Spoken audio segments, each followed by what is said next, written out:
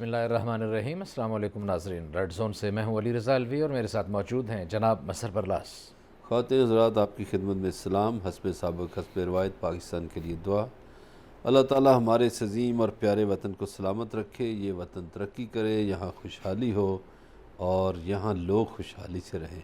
अली रज़ा अलवी साहब, क्या ख़बरें? जी नाज़रीन, मसहर बरलास साहब, आज कुछ उज़्मा बुखारी ने नैब पे चढ़ाई की और आंखें दिखाईं और कहा कि भाई बुज़दार को तोहफे में गाड़ियाँ मिल गई हैं और बड़ी बड़ी लग्जरी गाड़ियाँ आ रही हैं उस्मान बुज़दार के लिए, और कोई आप पूछ नहीं रहे हो, सिर्फ अपोजिशन वालों के लिए आप पूछते हो। लेकिन उसके बाद फिर फिरदौस शिकमान भी तो उन्होंने कहा जनाब वो गाड़ी उनको उनके वालिद मोहतरम ने तोहफे में दी है, आपको खामखा की, बल्कि उन्होंने उनके लिए कनीज़ दोयम का लफ्ज़ इस्तेमाल किया। इस पर भी बात करेंगे।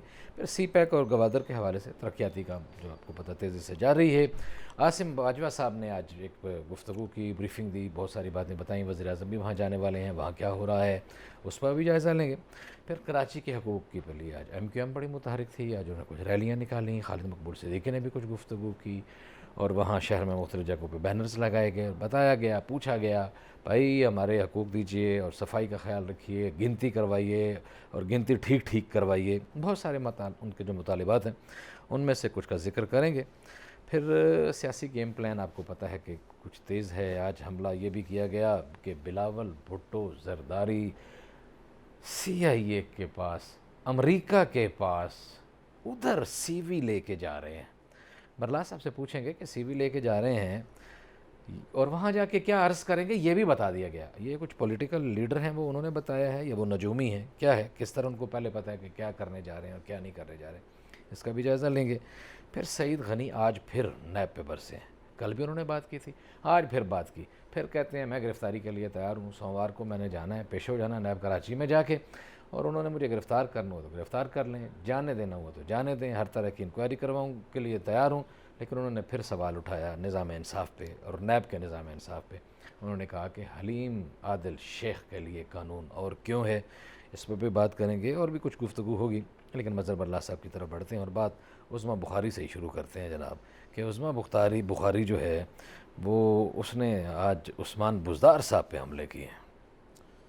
अच्छा, एक तो अली रज़ा अलवी साहब, आपको पता है ये जो अज़मा बुखारी है इसको हम तो सबको उज़्मा कहते हैं ना, जी हाँ, नाम ही उज़्मा है। जी हाँ। लेकिन वो कहती है कि मुझे उज़्मा ना कहा जाए, अज़मा कहा जाए, मुझे अज़मा बुखारी मैं कहा अज़्म वाली हूँ। तो फिर वो ज़ोए की बजाय ज़े से लिखनी पड़ेगी ना, ये भी तो उसको कोई समझाए। जाए। अब ये जो अज़मा बुखारी साहिबा हैं, ये एक ज़माने में पीपल्स पार्टी में होती थी और इनके शौहर भी पीपल्स पार्टी में होते थे। बड़ी ज़बरदस्त जैली थी। फिर इन्होंने मुस्लिम लीग नून का रुख किया और वहाँ उन्होंने जगह बनाई। अच्छी बात है, किसी भी सियासी वर्कर का जगह बनाना अच्छी बात है, बड़ी बात है। अब उन्होंने जो रोज़ाना हम इस पे बात करते हैं कि ये सियासतदान एक दूसरे पर इल्ज़ामात की बौछार करते हैं। अज़मा बुखारी साहबा ने आज पंजाब के वज़ीर आला जो हैं उन पर बौछार की। अगर आप इजाज़त दें तो मैं उनकी गुफ्तगू का हाँ, कोई एक चंक बिल्कुल। सुना दूँ कोई। क्यों नहीं, क्यों हाँ नहीं, जी बिल्कुल जी, सही। उसमें बुखारी साहबा ने क्या कहा, ज़रा कलाम शायर बज़बान शायर, फिर तबसरा करते हैं। जहांगीर तरीन जवाबदेह हो गए, जिसके बारे में आपने जाके कोर्ट में लिख के दे दिया कि मनी लॉन्ड्रिंग का केस FIA ने उनके खिलाफ गलती से बना लिया था। और इस हुकूमत की हैसियत और औकात यह है कि जब तक जहांगीर तरीन को NRO अदालत में अनाउंस नहीं किया, ये बजट नहीं पढ़ सके। और बजट वाले दिन उसकी पेशी थी, पेशी के वक्त जो है उनकी गिरफ्तारी जो है वो कहा गया ज़रूरत नहीं है, उनको क्लीन चिट मिली, NRO मिला और उसके बाद ये बजट पेश करने के काबिल हुए, पंजाब के अंदर भी और उसके अंदर भी। नदीम बाबर को जो है वो जवाबदेह हो गया। कहाँ है नदीम बाबर, कहाँ है उसकी वो तहकीकाती कमेटी और वो जो उसके खिलाफ तहकीकात होनी थी। और अभी कल तो मैं देख रही थी, मीडिया पे खबरें आ रही थी, उनकी जो कंपनी है वो लंबी चौड़ी डिफ़ॉल्ट सामने आए हैं कुछ 6 बैंकों के, नदीम बाबर साहब की। वो क्यों है, कैसे है, ये बड़े कॉर्पोरेट किस्म के क्राइम हैं जो होते हैं। उसके बाद ये बात ये है जी कि सिर्फ बात उस्मान बुज़दार की नहीं, हम पहले उस्मान बुज़दार पे ही रहेंगे। आगे भी इन्होंने बहुत सारे सवाल उठाए हैं और ये सवालात बड़े संजीदा सवालात हैं निज़ाम इंसाफ पे। अच्छा, इसमें हमारा तो बड़ा सीधा सा मौक़िफ़ है कि जिसने भी करप्शन की है उसका ताल्लुक किसी भी पार्टी से है, किसी भी शोबे से है, किसी भी इलाके से है, किसी भी सेक्ट से है, उसको उसकी सज़ा मिलनी चाहिए। ठीक है। खा कोई वज़ीर आला है, खा कोई वज़ीर है और खा कोई अपोजिशन में है, ठीक है। अगर उसने मुल्क की दौलत जो है उसको चुराया है तो बिल्कुल उसको सज़ा मिलनी चाहिए, सही, जो भी है। बिल्कुल ठीक। इसमें इन्होंने बिल्कुल सही बातें की हैं। उस्मान बुज़दार के बारे में इन्होंने बात की कि 2018 में उनके इतने असासे थे, लाखों में थे, अब वो अरबों में कैसे बन आज गए? उनका ख़ानदान अरबपति हो चुका है उनके बकौल। अब इसका जवाब देना चाहिए। अच्छा, एक सवाल यहाँ नैब पर भी उठता है। हम नैब की अक्सर तारीफ़ करते हैं लेकिन एक सवाल उठता है। जी हाँ। आपको याद है उन्होंने पिछले साल वज़ीर आला पंजाब उस्मान बुज़दार को बुलाया था, जी हाँ। सवालात भेजे थे, जी हाँ, वो फिर कोई उसके रियासत मदीना में शराब के परमिट जारी करने की कोई खबर थी। फिर उसके बाद खामोशी आ गई। एक तो नैब को उस खामोशी का जवाब देना चाहिए। सही। जब इस तरह की खामोशी इख्तियार की जाती है ना, तो अली रज़ा अलवी साहब फिर ये होता है कि अपोजिशन को बातें करने का मौका मिलता है। ठीक है। फिर वो बातें जब करते हैं तो बचा करते हैं जी। कि नैब जानबदारी दिखा रहा है, तो नैब को ऐसी जानबदारी से गुरेज करना चाहिए। ठीक है। अगर वो वज़ीर आला पंजाब भी हैं और अगर उन्होंने क्राइम किया है तो बिल्कुल उनको पकड़ना चाहिए। ये कौन सी बात हुई कि मुराद अली शाह को आप कहते हैं पेश हो, तो इनको भी पेश कीजिए। ठीक है। अब दूसरी बात उन्होंने नदीम बाबर के हवाले से की। जी हाँ। देखिए, नदीम बाबर साहब तो हमने पहले भी प्रोग्राम में उनके बारे में अच्छी बातें नहीं की। इसलिए अच्छी नहीं की कि वो उसी तहकीकाती कमेटियों के चेयरमैन बने रहे और मेंबर बने रहे जिनके बारे में चोरी की तहकीक हो रही थी। ऐसे यानी एनर्जी कमेटियों का जो कंपनियां, एनर्जी कंपनियां, उनकी लूट मार का जिक्र हो रहा था और बाबर साहब की कंपनियां थी। वही मुलजिम, वही मुनसिफ। ठीक है। फिर उन्होंने ऑयल के चक्कर में अपना काफ़ी तेल दिया हुकूमत को जी हाँ, और पाकिस्तान को भी, बिल्कुल। तो उसका भी हिसाब होना चाहिए। जिसने भी लूटा उसका हिसाब होना चाहिए। अब जो अज़मा बुखारी की पार्टी के लोग जिन्होंने अगर लूट मार की है तो उनका भी हिसाब होना चाहिए। एक बात है जिसका जवाब नहीं दे सकी वो और उस पर माजरत की। जी। और फिर उन्होंने कहा कि मेरी कल हमजा शहबाज से भी मुलाकात हुई, तो उन्होंने कहा कि मुझे तो पता ही नहीं कि ये बिल किस वक़्त मंजूर हो गया। ये बिल सहाफ़ियों के बारे में था। हाय हाय। अब हमजा शहबाज तो आपको पता है मासूम आदमी है, उनको तो ये भी नहीं पता चलता कि मेरे अकाउंट में पैसे कौन डाल गया। यार, आपके अकाउंट में किसी ने पैसे डाले हैं? मेरा ख्याल है हम इतने खुशनसीब नहीं हैं। नहीं, अगर डाले हैं तो मुझे बताएं, हमारी तो मेहनत ताकि मैं कर भी कर आपसे के कहूं कि कोई दिन पैसे रात दे की दो। मेहनत कर कर के भी वो अकाउंट में पैसे पता नहीं कहाँ, कोई खुशनसीबी से ही जाते हैं जो जाते हैं। वो कहते हैं कि मेरे अकाउंट में जो पैसे डाले गए मुझे तो पता नहीं किसने डाल दिए, कोई मेहरबान होगा उसने डाल दिए। अब अज़मा बुखारी साहबा से ये तो पूछना चाहिए कि इसीलिए शायद कहा था ना कि इस सादगी पे कौन ना मर जाए खुदा, करते हैं कत्ल हाथ में तलवार भी नहीं। अब ये इन्होंने एक जुल्म किया है और ये पंजाब असम्बली में कमेटियां करती हैं जी फैसला। ये चौधरी परवेज़ इलाही साहब ने जी कमेटियों के तहत ये फ़ैसले कराए हैं। एक ऐसा बिल है आप किसी एमपीए के ख़िलाफ़ कोई ख़बर नहीं दे सकते। मज़हर बल्ला साहब, मैं इस पे हमने इस पे गुफ्तगू करनी है और मैं आप बोल नहीं सकते। मैं करूँगा इस पे आज बात के बाद करूँगा। आप नहीं आपने किसी एमपीए के ख़िलाफ़ बात नहीं करनी, वरना आपको इधर से हथकड़ियाँ लगाई जाएंगी और आप जेल में जाएंगे। बल्ला साहब, फिर हम दोनों चुप करके खामोश होकर बैठ जाते हैं, आप भी खामोश होकर बैठ जाएं, मैं भी खामोश होकर हाथ बांध के बैठ जाता हूँ। और क्योंकि पंजाब असम्बली में ये बिल आ गया है और नहीं, ये नहीं। आपको और मुझे और हम सब को और किसी को भी 3 महीने के लिए जेल में डाला जा सकता है, हज़ारों रुपए जुर्माने किए जा सकते हैं और कोई से भी अरकान असम्बली के अलावा असम्बली सेक्रेटेरिएट के अफसरों को भी किसी को। और आपको एक और मज़े की बात बताऊं, आपने ये बात कर ही दी है तो इसमें पेश करने वालों में जो शहजादे हैं उनके नाम भी सुन लें। पंजाब असम्बली के जनाब पीपल्स पार्टी के मखदूम उस्मान साहब एक तो इसमें शामिल हैं, दूसरे तहरीक इंसाफ के मियाँ शफ़ी मोहम्मद साहब शामिल हैं, तीसरे मुस्लिम लीग काफ के साजिद अहमद भट्टी साहब शामिल हैं और चौथे मुस्लिम लीग नून के मलिक अहमद ख़ान साहब शामिल हैं। ये नहीं, सहाफ़ियों को उनकी आवाज़ बंद करने के लिए, उनका गला दबाने के लिए ये सारे मुत्तहिद हैं, वैसे आपस में एक दूसरे को गाली गलौज कर रहे हैं। अच्छा, ये जो सारे नाम लिए हैं ना आपने, इनमें से एक शख्सियत मलिक अहमद ख़ान है जी। मलिक अहमद ख़ान कसूर से इनका ताल्लुक़ है जी। मैं इन्हें बहुत पुराना जानता हूँ, इसलिए पुराना जानता हूँ कि ये हम एक साथ ही पढ़ते थे जी। हॉस्टल में, हमारे साथ ही रहते थे, बड़े इंसानी हकूक़ की बातें करते हैं, बड़ी सुलझी हुई बातें करते हैं और गुफ्तगू का ढंग इनको बहुत आता है। जी। बड़े अच्छे वकील हैं। जी। इनके वालिद मलिक मोहम्मद अली सेनेट में डिप्टी चेयरमैन हुआ करते थे। तो अगर मलिक अहमद ख़ान भी शामिल हैं जी, तो फिर तो पूरी नून लीग शामिल होगी ना, वो हो तर्जुमान गई है। ना जी, बिल्कुल होगी। ठीक है।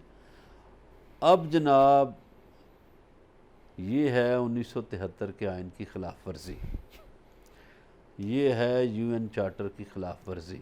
बर्रे सग़ीर की तारीख़ में कभी नहीं हुआ। हम आमरों के ख़िलाफ़ तनकीद करते हैं और आइंदा भी करते रहेंगे, लेकिन ये जमहूरी दौर है, नाम नहाद जमहूरी दौर। भाई साहब, हाँ, आमरों के ख़िलाफ़ तनकीद तो करते हैं। ये जो कैमरा है पाकिस्तान में, ये जो इलेक्ट्रॉनिक मीडिया है, ये एक आमर के दौर में आया। ऐसे ही है। ठीक है। और जब आमिर ने गलत किया तो हमने तहरीक भी चलाई, उस तहरीक में आपको भी डंडे पड़े थे, याद है? आपका सर जख्मी हुई, बेहोश हो गए थे और जख्मी हो गए थे, आपको इलेक्शन कमीशन के सामने से उठा के ले गए थे अदलिया की बहाली और अदलिया की बहाली के लिए, मतलब। लेकिन अब अदलिया से सवाल है कि जनाबे वाला, मेरा ख्याल है इस पर 100 मोटो एक्शन हो जाएगा। एक, अदालत इसको मुस्तरद कर देगी इस बिल को, लेकिन बहरहाल इस सारी सूरत और अदालत से हमारी दरख्वास्त भी है कि ये सीधी सीधी इंसानी हकूक़ की खिलाफ वर्जी भी है। सिर्फ ये नहीं कि सहाफ़ती खिलाफ वर्जी है, जो आज़ादी है इज़हार राय की, उसकी खिलाफ वर्जी नहीं, ये बुनियादी इंसानी हकूक़ की खिलाफ वर्जी है कि आप किसी के ख़िलाफ़ बात ही नहीं कर सकते, आप सच नहीं बोल सकते।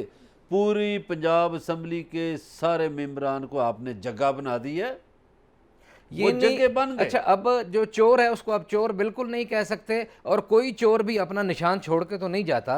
इसके ऊपर PFUJ के शहजादा जुल्फ़कार और नासिर ज़ैदी वगैरह ने एहतजाज की कॉल भी दे दी है, अफसल भट्ट वगैरह ने, अरशद अंसारी, शकील अंजुम और अनवर रज़ा वगैरह ने इनको पाबंदी लगा दी है। इन चारों की पाकिस्तान के किसी भी प्रेस क्लब में दाखिले पर इन चारों की के ऊपर पाबंदी लगा दी है। नहीं, इन पे पाबंदी भी लगा दी है। दूसरा ये है कि अदालत में भी कोई ना कोई चला जाएगा, और मेरा यकीन है क्योंकि पाकिस्तानी अदलिया जो है वो मामलात को बड़े अच्छे और एहसन अंदाज में देखती है, मेरा यकीन है कि अदालत इसको मुस्तरद कर देगी, क्योंकि ये आइन की बुनियादी शिकों की खिलाफ वर्जी। और इसी तरह की एक और, अभी अगर ये बात हुई है तो फिर वो भी तो होती अज़मा चले। बुखारी इस पे आए बाएँ शाएँ करने लगी। हाँ हाँ, कैसे जवाब देगी इस पे? वो शामिल थी ना इसमें, पता ही नहीं है। अच्छा, पहले भी एक बिल इसी तरह का मंजूर हो गया था और पता ही नहीं चला जी कि बिल मंजूर हो गया, यानी ये पढ़ते पढ़ाते कोई नहीं है यार। ये सारे मिले होते हैं, कौन नहीं।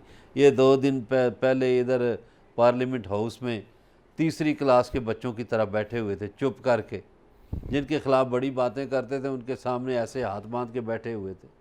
किन की बातें करते हैं अली रज़ा हलवी फिर ये साहब? किस लिए बातें करते हैं बस लोग? बातें करते हैं, लोग इनकी बातें सुना लोगों करें। को बेवकूफ़ अच्छा, बनाते हैं। इसका जवाब भी किसी हुकूमती शख्सियत ने दिया है या नहीं?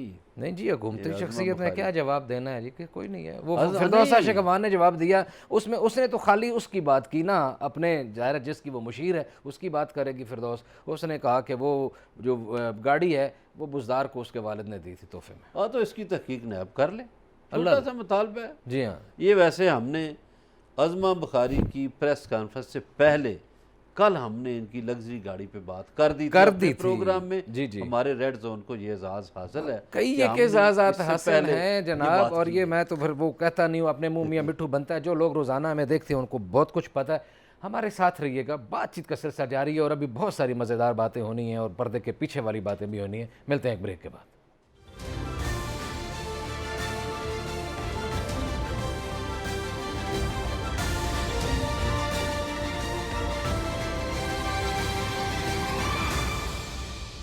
वेलकम बैक नाज़रीन। ब्रेक पे जाने से पहले उस्मा बुखारी की बात कर रहे थे। उन्होंने बड़े संजीदा सवालात उठाए और कुछ सवालात में वो ख़ुद भी ज़ाहिर है कि उनके ऊपर भी उंगलियां उठी। जो उन्होंने ये बिल एक ज़ालिमाना सा, उसमें उनका भी नाम है अली और रज़ा उसके साहब, छींटे अगले उनके। सवाल से पहले एक ज़रा वजाहत कर दें हम। कर दें।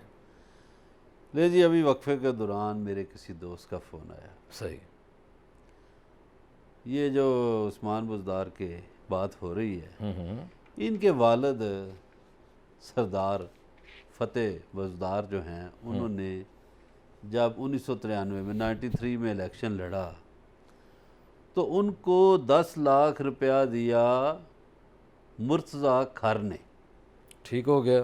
फ़ारूक लगारी के कहने पर, यस बिल्कुल। कि हमारा एक सरदार बड़ा गरीब है।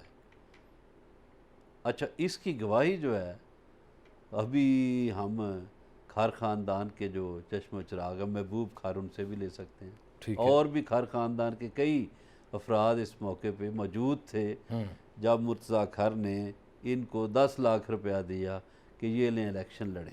ठीक हो गया। ठीक है, सही। तो ये इनकी माली हैसियत थी। लेकिन अब वो अरबपति हैं। हाँ, अब तो अरब लेकिन मज़र बरलास साहब, इस वक्त आप और मैं जिहाद कर रहे हैं कि हमें हथकड़ी भी लग सकती है। हम 3 महीने के लिए इस गर्मी में जेल कोट लखपत की बर्दाश्त नहीं यार, कर वो सकते। क्या हमारे वहाँ तौसा के स्मार्ट से MNA थे, तो तौसा शरीफ वाले, अब तो भाई उनको भी ये लिफ्ट नहीं कराते। बहुत सौ को नहीं कराते और लोग इंतज़ार कर रहे हैं। लेकिन अभी ये उस्मा का जो इल्ज़ाम है उस पे बात एक लम्हे की करके फिर आगे जाना है। नहीं जी नहीं, मुझे उज़मा पे नहीं, अज़मा। आप अज़मा कहें भाई, मुझे उसने नहीं कहा कि मुझे अज़मा कहा करो। मैं तो फिर अज़मा कहो मुझे। ठीक है भाई, आप कहते रहें, क्योंकि मुझे तो पता है कि उज़मा का तलफ़्फ़ुज़ दुरुस्त है, तो मैं तो इस पर कोई, आपको पता है, जब मुझे कहेगी कि आप मुझे उज़मा नहीं अज़मा कहा करें, मैं भी अज़मा कह दूंगा। लेकिन आप ये बताएं कि ये जो कहती है कि इमरान खान खुद ही तहकीकात की बात करते हैं, फिर खुद ही क्लीन चिट दे देते हैं। ये जहांगीर तरीन वाले के ऊपर बड़ा कौम का वक्त ज़ाया किया आपने और मैंने भी और हम जैसे सारे बाकी दोस्तों ने भी, उसका क्या हुआ है? बड़ी करप्शन थी, वो बड़ा तबाही थी, मुल्क अच्छा, का बड़ा ये नुकसान। वैसे एक बात उस दौरान भी हमने एक बात की थी। हम तो अपनी बात करेंगे ना। हमने उस दौरान भी कहा था कि जनाबे वाला, ये शुगर जो है महंगी हुई या उसमें जो भी डाका मारा गया, अकेले जहांगीर तरीन की मिलें नहीं हैं। जी जी। ये दरेशक साहब की भी हैं, मखदूम अहमद महमूद की भी हैं, चौधरियों की भी हैं, खुसरो बख्तियार की भी ज़का अशरफ के फैमिली की भी हैं, आसफ जरदारी फैमिली की भी हैं, मियाँ नवाज शरीफ फैमिली की भी हैं। जी हाँ। तो अकेले उसमें जहांगीर तरीन को मुजरम करार देना या मुलज़म करार देना दुरुस्त नहीं है। दुरुस्त है, ठीक हमने है। कहा, बिल्कुल कहा। देखिए, फिर एक अगर कपास में चोरी होती है तो कपास के सारे बंदों का नाम लिया जाए, चीनी की है तो चीनी के सारे बंदों का लेना, और उसका भी लें जो मिडल मैन है, जिसने गोदामों में चीनी छुपा के रखी, उसका भी। जिसने ज़ख़ीरा अंदोज़ी की, जिसने महंगाई की। इस हुकूमत की एक बात पे मैं मुतफिक हूँ, जो ये अभी किसानों के हवाले से बहुत अच्छी बात की है, कि ये आड़ती का किरदार ख़त्म कर रहे हैं। चले क्योंकि ठीक है। आड़ती जो है वो ज़िमीदार को भी खाता है, वो जो ख़रीदार है उसका, उस पर भी डाका डालता है। मसलन अलवी साहब, एक बंदा है ज़िमीदार, उसने टमाटर उगाए, वो कहता है यार ये 2 रुपये किलो ले जाओ। 2 रुपये किलो ले गया आड़ती, और शहर में जाके 80 रुपये किलो बेच दिए। वो 78 रुपये नुकसान किसका हुआ? किसान का भी हुआ और ख़रीदार का भी हुआ, दोनों का हुआ, दोनों का हुआ ना। दरम्यान वाला मौजा मार गया। वो लेकिन मौजे एक मार सवाल, सिर्फ एक बात ये है, उसके बाद फिर आगे बढ़ना है कि ये वाकई मुझे आप ये बता दें, यहाँ दवाइयों पे बात हुई, बड़ी तहकीकात हुई, बंदा हट गया, यहाँ चीनी पे बात हुई, से सारे मामलात, यहाँ आटे पे, गंदम पे, किस किस मामले पे, जो भी अभी ये रिपोर्ट पेट्रोलियम पे ये आ रहा है, ये हो जाएगा, वो हो जाएगा, सिवाय भाषणों के कुछ हुआ है? अच्छा, सबसे बड़ा अलमिया जो है हमारे यहाँ, हमारे पूरे मुल्क में जो एक अलमिया है वो ये है कि हमारे यहाँ सज़ाएँ नहीं मिलती।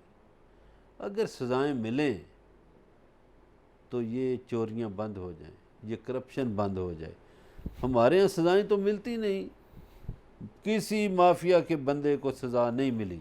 सही है। यही इस मुल्क का अलमिया है, यही इस रियासत का अलमिया है कि यहाँ माफियाज में जितने भी बंदे हैं, बड़े बड़े किरदार जो हैं, उनको सज़ा नहीं होती।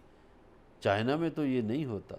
ठीक है, चाइना से हमारी बड़ी दोस्ती चले है। चाइना की आपने बात की, तो चाइना की मोहब्बतों के साथ जो हमारा काम यहाँ चल रहा है CPEC वाला, ज़रा उस पर बात हो जाए। आसिम सलीम बाजवा साहब ने आज कुछ ब्रीफिंग भी दी है, वज़ीर आज़म भी उधर जा रहे हैं गवादर में, क्या मामलात हैं? खुशहाली का बहुत फिर एक दफ़ा फिर कहा जा रहा है कि इंशाल्लाह आने वाली है। बिल्कुल आने वाली है। पीर के दिन जा रहे हैं वज़ीर आज़म ग्वादर में। तो आज जनरल बाजवा ने, आसिम सलीम बाजवा ने ये इस पर ब्रीफिंग भी दी। उसमें बहुत सी सड़कें हैं जो बलूचिस्तान में बन रही हैं, कुछ डैम्स बन रहे हैं। अच्छा, सड़कों का बल्कि जाल है और पानी का बंदोबस्त खासतौर पर हो रहा है। नेगलेक्टेड एरियाज जिनको और बिल्कुल नज़रअंदाज किया गया, बिल्कुल। और उन्होंने इसकी अच्छा, इसका एक फ़ायदा बहुत होगा। जिन जिन इलाकों में सड़कें बन जाती हैं, पानी का बंदोबस्त हो जाता है, वहाँ आबादियाँ हो जाती हैं, ज़मीनें भी आबाद होती हैं, शहर भी आबाद होते हैं, बस्तियाँ भी आबाद होती हैं। ऐसे ही है। तो इसलिए बलूचिस्तान में एक इनकलाब आ रहा है। 70 साल तारीख़ में इतना पैसा वहाँ नहीं लगा जितना अब लगने जा रहा है। अच्छा, मुझे ये याद आया, जब हम चीन गए ना, तो चीन में जहाँ उन्होंने हुरमुची में हमें सबसे पहले ले गए, तो मैंने कहा कि ये चीन का कौन सा इलाका है? तो तर्जमान ने कहा कि जैसे आपका बलूचिस्तान है, ये कम तरक्की याफ्ता इलाका है। तो वो जो कम तरक्की याफ्ता इलाका था, वो भी हमारे तरक्की याफ्ता इलाकों से कहीं बेहतर था। तो मैंने कहा भाई ये तो बहुत बेहतर है। उन्होंने कहा जी ये हमारा सबसे पसमानदा जो कम पसमानदा हमारा जो है वो आपके आइडियल चीज़ों से भी आगे का है। एक बात, वो जो चाइना वाला मॉडल है, ये जो सदरशिपिंग वाला, वही हम ला रहे हैं कि हम अपने गरीब और पसमानदा इलाकों पे ज़्यादा तवज्जो देने लगे हैं, ताकि वहाँ गुर्बत ख़त्म होगी तो मुल्क में खुशहाली आएगी। ये अच्छी बात है, अच्छी बातों को पसंद करना चाहिए। जी बिल्कुल ठीक हो गया जी, ये तो अच्छी बातों को पसंद करना चाहिए, और शिकायत और पसमानदगी का इजाला अगर हो जाएगा तो बहुत अच्छा है। अच्छा, एक और कोयटा में और काम हुआ है। कोयटा में एक शटल ट्रेन चल गई है। हाँ जी, ठीक है, वो भी अच्छी बात है। बलूचिस्तान गवर्नमेंट ने एक अच्छा काम किया है। एक और भी अच्छा काम किया है, आज उन्होंने अपोजिशन रहनुमाओं के ऊपर जो मुकदमा दर्ज किए थे वो भी वापस ले लिए। हाँ, वो थानों से उठ गए बंदे। वो आज जब थोड़ी देर पहले तक तो मैंने चेक किया तो वो बैठे हुए थे। अब वो कहते हैं हम नहीं जाते। हाँ, तो उन्होंने कहा कि अब या तो हमें गिरफ्तार करो, तो इन्होंने लेकिन अब पर्चे खत्म हो गया तो गिरफ्तारी का तो जवाब खत्म हो गया। और जब पर्चा भी सुलह कर लेनी चाहिए। हाँ भी उन्हें भी सुलह कर लेनी चाहिए, और ये लड़ाई झगड़े हैं अच्छे बच्चों की तरह ठीक के मिलजुल के बैठा करें। जिस तरह असेंबली में हाथ बांध के अच्छे बच्चे बन के बैठ जाते हैं, कभी ज़रूरत पड़े तो ऐसे ही अच्छे बच्चे बन जाए, काम चल जाएगा। ये खालिद मकबूल सिद्दीकी साहब जी MQM, आज फिर बड़े अरसे बाद उन्होंने आज शो ऑफ पार किया, और वो एक उन्होंने कहा जनाब कि ये आपने हमारे साथ ड्रामेबाजी की हुई है, सही तरह बंदे गिनिए, मेहरबानी कीजिए। आपका बंदे गिनने वाला बंदे जो है ना, मेरा ख्याल है उनको हिसाब किताब ठीक नहीं आता, ये भी थोड़ा ख्याल कर लें। और उन्होंने ये भी कहा कि कराची के जो मामलात हैं और ये पीपल्स पार्टी जो है उस पर भी उन्होंने बड़ी तनकीद की। सही है। उन्होंने कल भी कहा था किसी ने कि अमीनुल हक ने कहा था कि वज़ीर आला हाउस की तरफ भी मार्च करेंगे। अच्छा, इसमें सुन लीजिए जी ज़रा तफसील से। कराची का हमें भी दुख है, इसलिए दुख है कि कराची रेवेन्यू देता है बहुत इस मुल्क को, मुआशी हब है हमारा, मुआशी शाहरग है हमारी। अब कराची के मसाइल में बड़ी ज़िम्मेदार MQM खुद है, जो एहतजाज करने गई है। क्यों खुद है? 1973 में भुट्टो साहब ने 10 साल के लिए कोटा मुख्तस किया था मुलाजमतों का रूरल सिंध के लिए, ताकि वो भी आ जाएं, देहाती लोग वो भी नौकरियां करें। अब वो 10 साल के बाद ख़त्म हो जाना चाहिए था। ठीक है।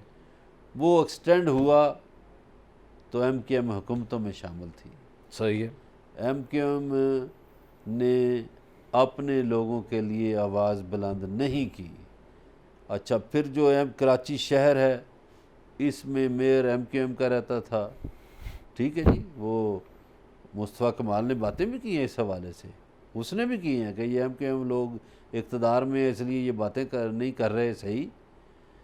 अब कराची को ज़रूरत है 120 करोड़ गैलन पानी की, लेकिन वहाँ आता है 55 करोड़ गैलन पानी। पानी तो पूरा कर दें लोगों का। बहुत बड़ा अलमिया है ये मुल्क, ये पाकिस्तान, जो वो उन्होंने भी कहा भी हमने इसके लिए कुर्बानियाँ दी और इस मुल्क के लिए हम हिजरतें करके आए और सारा, और इस मुल्क के लिए इस पे जो लोग इतने अरसे से सवार हैं, इसके ऊपर नाजिल हुए हैं, कुछ लोग तो अफरीयत बन के नाजिल हुए हैं, इतना भी नहीं कर सके कि अपने शहरियों को पानी दे सकें। बातचीत का सिलसिला जारी है, हमारे साथ रहिएगा, मिलते हैं ब्रेक के बाद।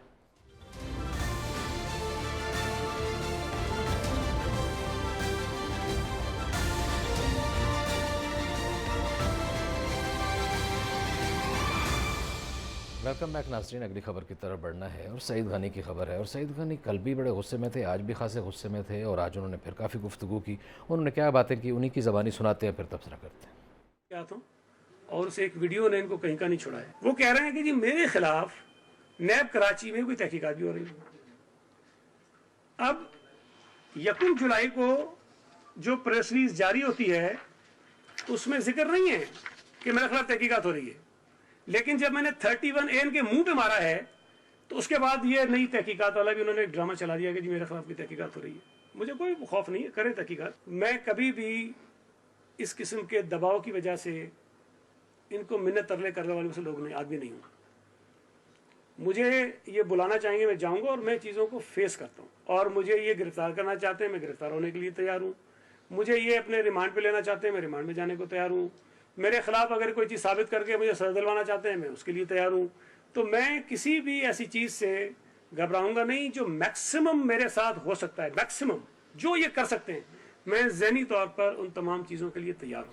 जी बरला साहब, फिर वही बात जहाँ से बात शुरू की थी कि निज़ाम इंसाफ के ऊपर बड़े संगीन सवालात हैं कि अगर कोई शख्स बात करता है, हलीम आदिल की बात करता है या कोई और मामला करता है, उसकी इंक्वायरी भी शुरू हो जाती है, उसकी तलबी भी शुरू हो जाती है, तहकीकात भी शुरू हो गई हैं, फ़लाँ भी शुरू हो जाता है, लेकिन बाकी बहुत सारे मामलात पे आंखें बंद कर ली जाती हैं। कल हमने बहुत बुरी तरह धोया था सईद गनी को, लेकिन ये इनकी बातें किसी हद तक कुछ ठीक भी मुझे लग रही हैं। आज बात यह है कि सईद गनी की बातें दुरुस्त हैं।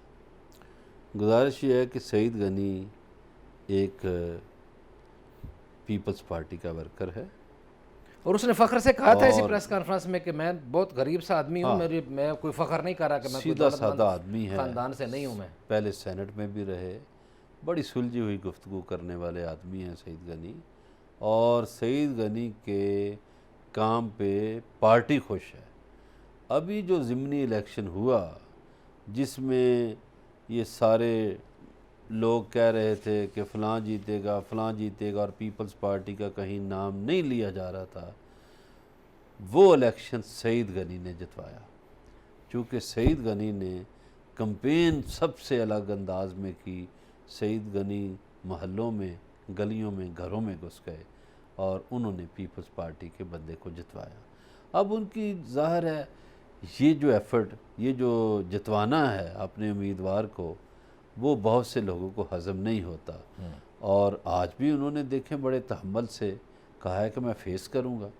मैं बिल्कुल फ़ेस करता हूँ और मुझे कोई दबाव नहीं है मुझ पर। मैं जाऊँगा, फेस करूँगा। ये अच्छी बात है। और इस बात पे मैं समझता हूँ कि सईद गनी को दाद देनी चाहिए कि वो कहते हैं कि मेरा दामन साफ़ है, मैं जाऊंगा, मैं पेश होऊंगा, मैं फेस करूंगा। हलीम आदिल शेख का जो बार बार नाम लेते हैं तो उसको भी पकड़ लें, उसको भी चेक कर लें। वो कहते हैं कि इसको एंटी करप्शन उठाने वाली थी तो नैब ने उसको सपोर्ट किया और मैंने ये बात की, यही बात मेरा जुर्म बन गई। हाँ, तो मामलात जैसा आपने शुरू में कहा कि इंसाफ की तरफ देखते हैं, तो निगाहें इंसाफ की तरफ है। इंसाफ होना चाहिए, असल इंसाफ सबके होना चाहिए। और साथ। इदारों पर इस तरह के अगर इल्ज़ामात लग जाए तो ये बिल्कुल ठीक नहीं है, उनके इज्जत और शान शान नहीं है। बरलास साहब क्या ख्याल है? बिल्कुल, उनको अपने ख़िलाफ़ जो दाग लगे हैं या लगते हैं उनको साफ शफाफ रखना चाहिए। अदारों को जानबदार नहीं होना चाहिए, नहीं होना किसी तरह। चाहिए, ऐसा ही है जी। लेकिन इदारों के हवाले से बात हुई, इनकी तारीफ़ भी की आज फवाद चौधरी साहब ने। उन्होंने कहा जी कि नैब ने बड़े काम किया है और ठीक ठाक जो है उन्होंने रिकवरीज की है। और उन्होंने आसिफ जरदारी के हवाले से कहा कि जाली अकाउंट केस में अब तक 33 अरब रुपए अच्छा जी, वो वसूल हो गए हैं और 20 करोड़ डॉलर जो बनते हैं। ठीक है, उनकी इन्फॉर्मेशन है, उन्होंने बता दिया। फवाद चौधरी के हवाले से ये है कि फवाद चौधरी अपनी मिनिस्ट्री के एक अदारे की आजकल बड़ी तारीफ़ करते हैं। अच्छा, एक ज़माना था वो उस अदारे का नाम APP है, एक ज़माना था वो उसकी बदतरीफ़ियाँ किया करते थे। आजकल वो वज़ीर आज़म के सामने भी तारीफ़ करते हैं, मुख्तलिफ़ मीटिंगों में भी उसकी तारीफ़ करते हैं। मेरा ख़्याल है अली रज़ा अलवी साहब, अभी हम अदारों की बात कर रहे थे कि अदारे में अगर सरबराह अच्छा हो सही तो सारा अदारा अच्छा हो जाता है, सही और अगर सरबराह अच्छा ना हो, सही परफॉर्मेंस दिखाने वाला ना हो, तो सारे चलते अदारे बैठ जाते हैं। सही है। अभी APP में हाल ही में मुबशर हसन नाम के एक अफसर को लगाया गया है, अच्छा, उसका सरबराह बनाया MD। सही मुबशर हसन जो हैं इंफॉर्मेशन सर्विस के आदमी हैं, सही। विजनरी आदमी हैं। ये वही तो नहीं जो थोड़े पहले DMD बैतुल माल थे? बिल्कुल, उससे पहले फिल्म सेंसर बोर्ड में थे, उससे पहले मिनिस्टर ऑफिस में थे। बुनियादी तौर पर ताल्लुक़ उनका खैबर पख्तूनख्वा से है, सही। लेकिन काम में महारत है, अपना काम जानते हैं।